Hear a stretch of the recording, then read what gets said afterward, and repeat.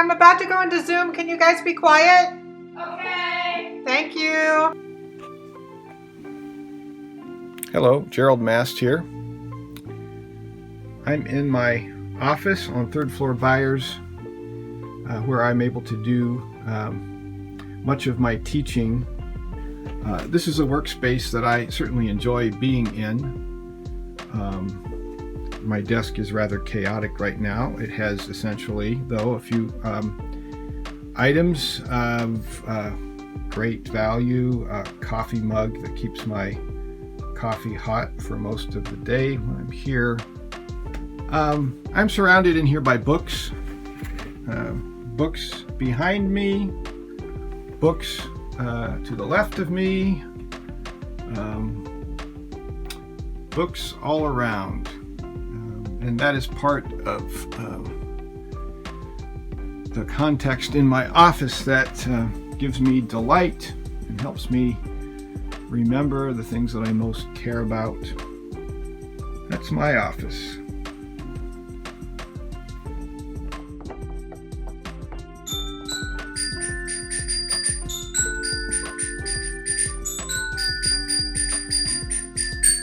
Hey, Jonah, Yeah. could you close your door, please? Yeah. Thank you.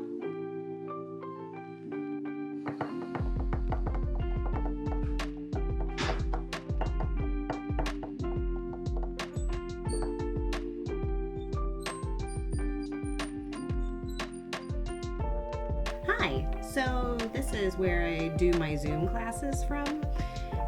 It's not my office, it's my wife's office who works from home. So she's very graciously letting me utilize her office when I have my Zoom classes. So as you can see, lots of interesting, here is all of her to-do list, which is quite a large whiteboard. So I'm used to remote working. So for a very long time, when I worked for Children's Services in the UK, we didn't actually have even desks. We had to do this thing called hot desking, which is basically when we got in the morning, we would sit at a computer and we would type up our notes and assessments and whatever we needed to do on the computer. And then if we had to go and do a home visit for whatever reason, we would have to shut down, put our stuff in a bag. We also had lockers, and then we would go on our visit. And if we come back, sometimes that computer was not available and someone else was using it. So I'm really missing my office, and I'm missing that that space that I can just be messy in, or organized, or wherever my piles were, they were left. So that has been a kind of a huge challenge for me in transitioning to the remote working. That sometimes if I have to meet with some students or do some grading and this office isn't available because Jazz is on and conference calls or doing her own work, I have to migrate. So that's usually the dining room table, or that is my bedroom, which is not great, or that's on the couch, or wherever I can find kind of quiet space. And so that might look like outside now that we're going to have some nice weather. So this is the space. Say hi. Hi. There's Elsa. And Tripod Slater.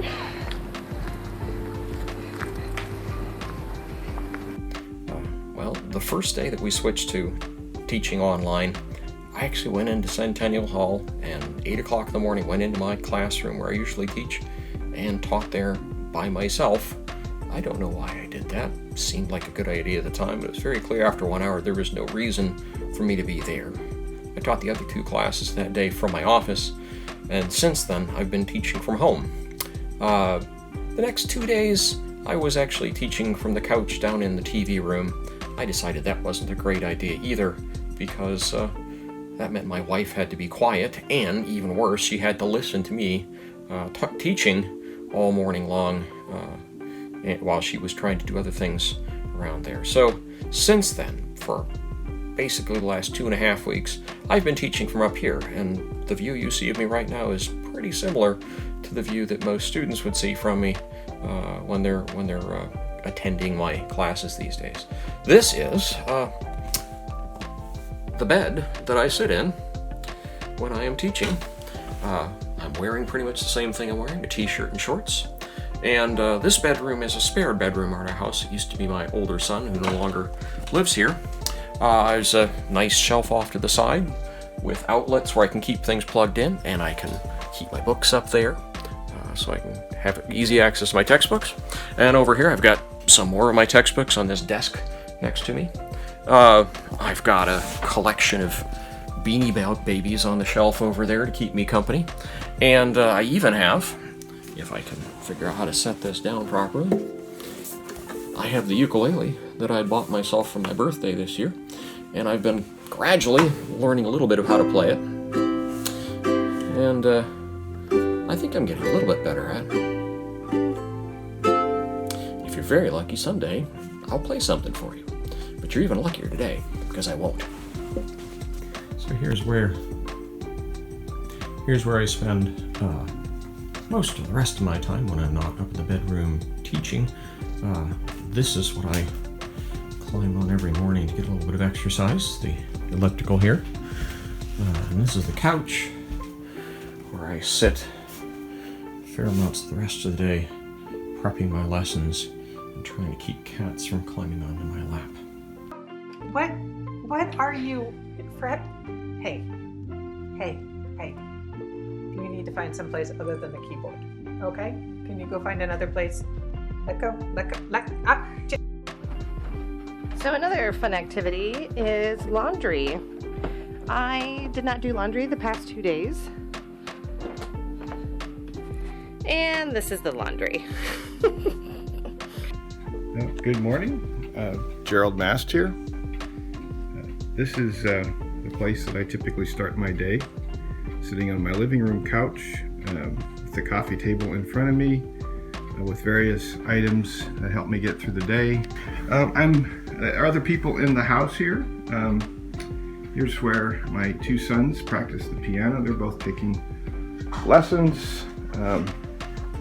There's a teenage young man behind that door, probably sleeping, my son Jacob. Ryan is having breakfast and watching something before he gets to work on his schoolwork.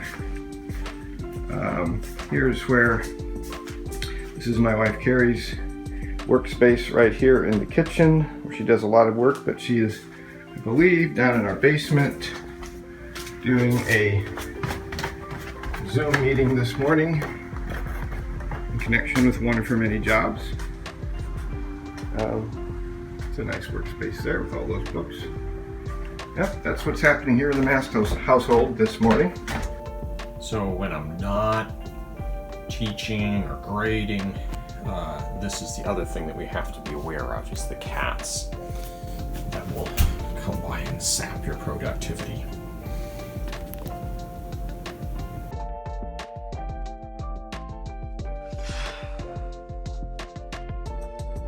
Hey, is somebody streaming something? I can't get my stuff to load. Sorry.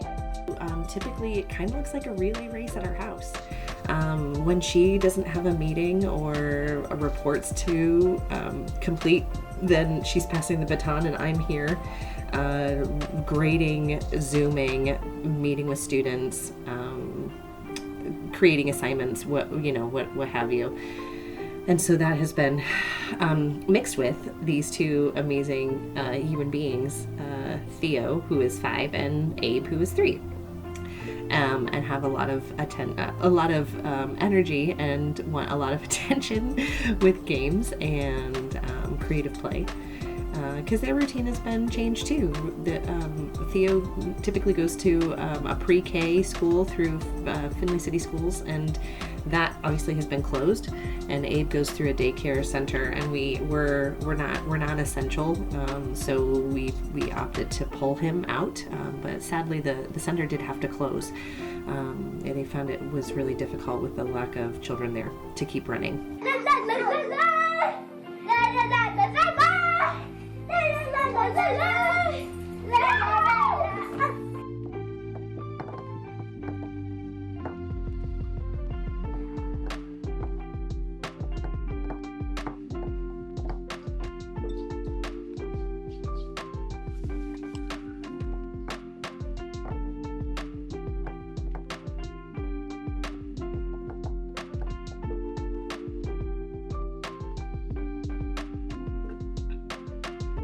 Let me guess.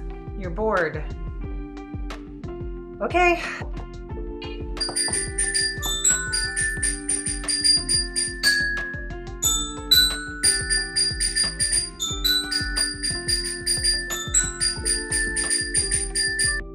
Here, you take him. I don't think he's gonna be.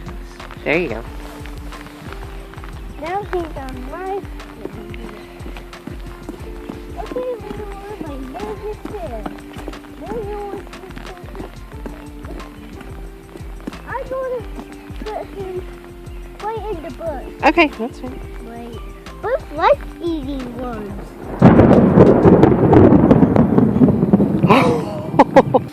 Do you wanna help me? Do you wanna help me do the plants? We've got tomatoes and sweet peppers and zucchini. Zucchini? Yeah. I'll help you, Mom. Okay. I hope that everyone out there knows as you navigate this difficult time that we back here at Bluffton are thinking about you and missing you.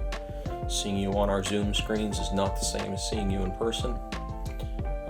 Especially thinking about the seniors. We're sorry that you're not able to celebrate that accomplishment this year with commencement. It doesn't diminish how important that is and what a great accomplishment it is. We hope that at some point we can find a way to officially, formally recognize and celebrate that with you.